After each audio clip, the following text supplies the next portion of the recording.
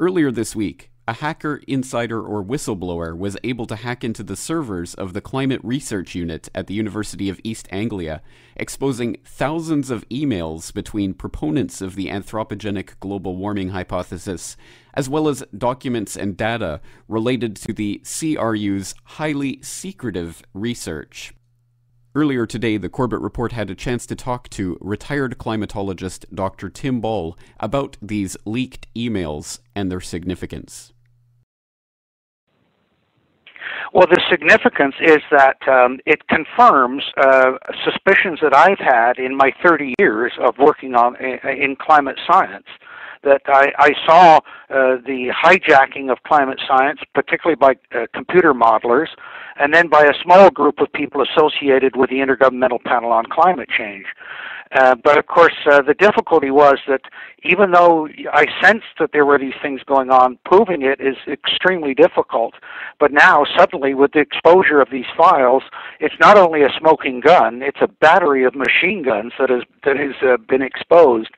And it really is deeply disturbing, because what you've got here is confirmation of this small group of scientists who, by the way, Professor Wegman, who was asked to arbitrate in the debate about the hockey stick, he identified 42 people and said, look, these people are all publishing together, and they're also peer reviewing each other's literature.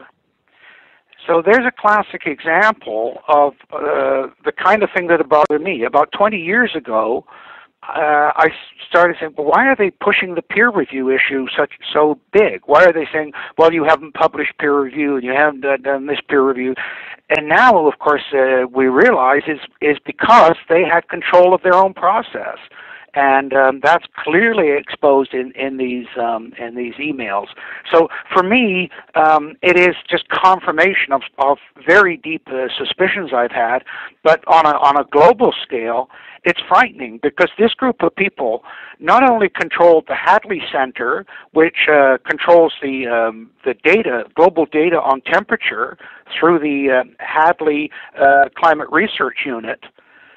So the global temperature record is in their hands, but they also control the IPCC, and so they've manipulated that, and we read in the emails how that was done, and of course the IPCC has become the basis in all governments for the Kyoto Protocol, the Copenhagen Accord, and so on. That's exactly right. And of course, the ramifications of what we're talking about are huge. So can you give us an indication of some of the specifics that you found disturbing about, there are many different issues that were touched on in these emails and documents, but some of them include active collusion to avoid releasing information pertaining to freedom of information requests. Some of them pertain to attempts to get James Sayers removed from the editorial board of the Geophysical Review letters. Many other startling issues. Were there any that stuck out for you? Well, I think that those are some of them, but of course one of the first things is the overall tone of the emails. The nastiness, the viciousness, the personal comments about people. I mean, I knew John Daly, who passed away a little while ago, and the comment about almost to the delight that he's gone, and those kinds of things are really deeply disturbing. But beyond that, it's the orchestration of the whole publishing field. And there's a couple of things that interest me. For example, the emails between Andrew Revkin of the New York Times and these people. So clearly he got information from them, but was also a conduit for them to push their arguments. But it's also not only the attacks on individual scientists, but the attacks on editors of journals, attempting to control that whole journal process. And the emails that talk about making sure that they get the right name. So, for example, if a journal requires, the editor requires 5 independent names to act as possible review editors, they provide those names, and of course it's always from their own people. And so those sorts of things absolutely stand out. And the overall, it's the orchestration. Each one of the things in and of itself is really objectionable, as I said. But putting it all together, where they're literally controlling the climate science, and anybody that dares to question to what they're saying. And so those are the things that really bother me. And just to give you a quick comment on this, Professor Deming, here's a comment that he wrote back in to his experience. He said, with the publication of my article in Science in 1995, I gained significant credibility in the community of scientists working on climate change. They thought I was one of them, someone who would pervert science in the service of social and political causes. So one of them let his guard down. A major person working in the area of climate change and global warming sent me an astonishing email that said, we must get rid of the medieval warm period. Now, when Deming came out with that at the time, there was quite a furor about it. But now, in the light of these exposures, we see that Deming was absolutely right in what he was claiming. And, of course, the person that sent him that email was Jonathan Overpeck. And Overpeck's emails are all over those files.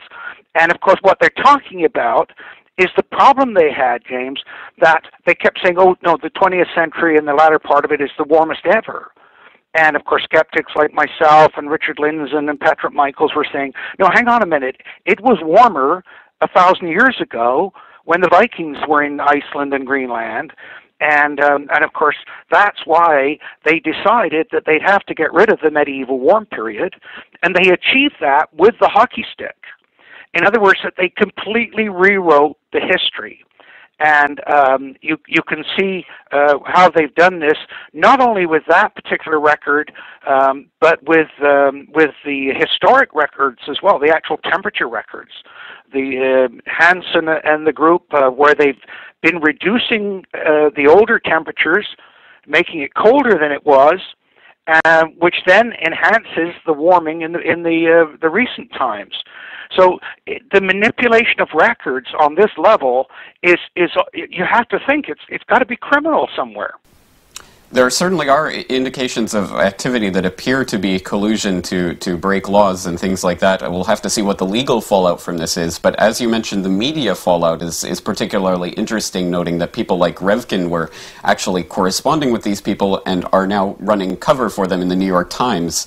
And of course, The Guardian and other places that one would expect are running the usual types of stories about how this isn't a big deal and no one should be concerned about it. Of course, the media sources that we would expect are running cover for these guys in this story. So do you have any suggestions for people out there to go for unbiased views about this? What are some good sources of information? Well, I think that the climate audit, McIntyre's site, because he's the one that was pushing Jones for the information freedom through the Freedom of Information. And by the way, of course, what's disturbing about that is not only Jones and the Climate Research Unit involvement, but also the involvement of the UK Met Office. I mean, there's a thing on McIntyre's site today saying that as recently as November the 12th. They're denying, and of course the UK Met Office finally came out and said, "Well, we lost the data." So government involvement is deeply disturbing. But McIntyre's site at Climate Audit is a good place to go. A very good one to go is also Anthony Watt's site called "What's Up With That." And of course, Anthony's the one that's been showing all of the problems with the weather stations around the world and the adjustment of the historic record. That's another very good site to go to. Of course, I've got an article on Canada Free Press. There's a few articles there that I've written over the last 4 or 5 years about my suspicions about what was going on. And the sad thing is, Jane, for me, I've struggled with this and been attacked. But you know what? Finding out that what I was saying was true there's no pleasure in that whatsoever. No pleasure in "I told you so," because this is a deeply troubling time, not only for climate science, but science in general. All right, Dr. Ball, we're going to have to leave things there, but thank you very much for joining us today. Thank you for the opportunity.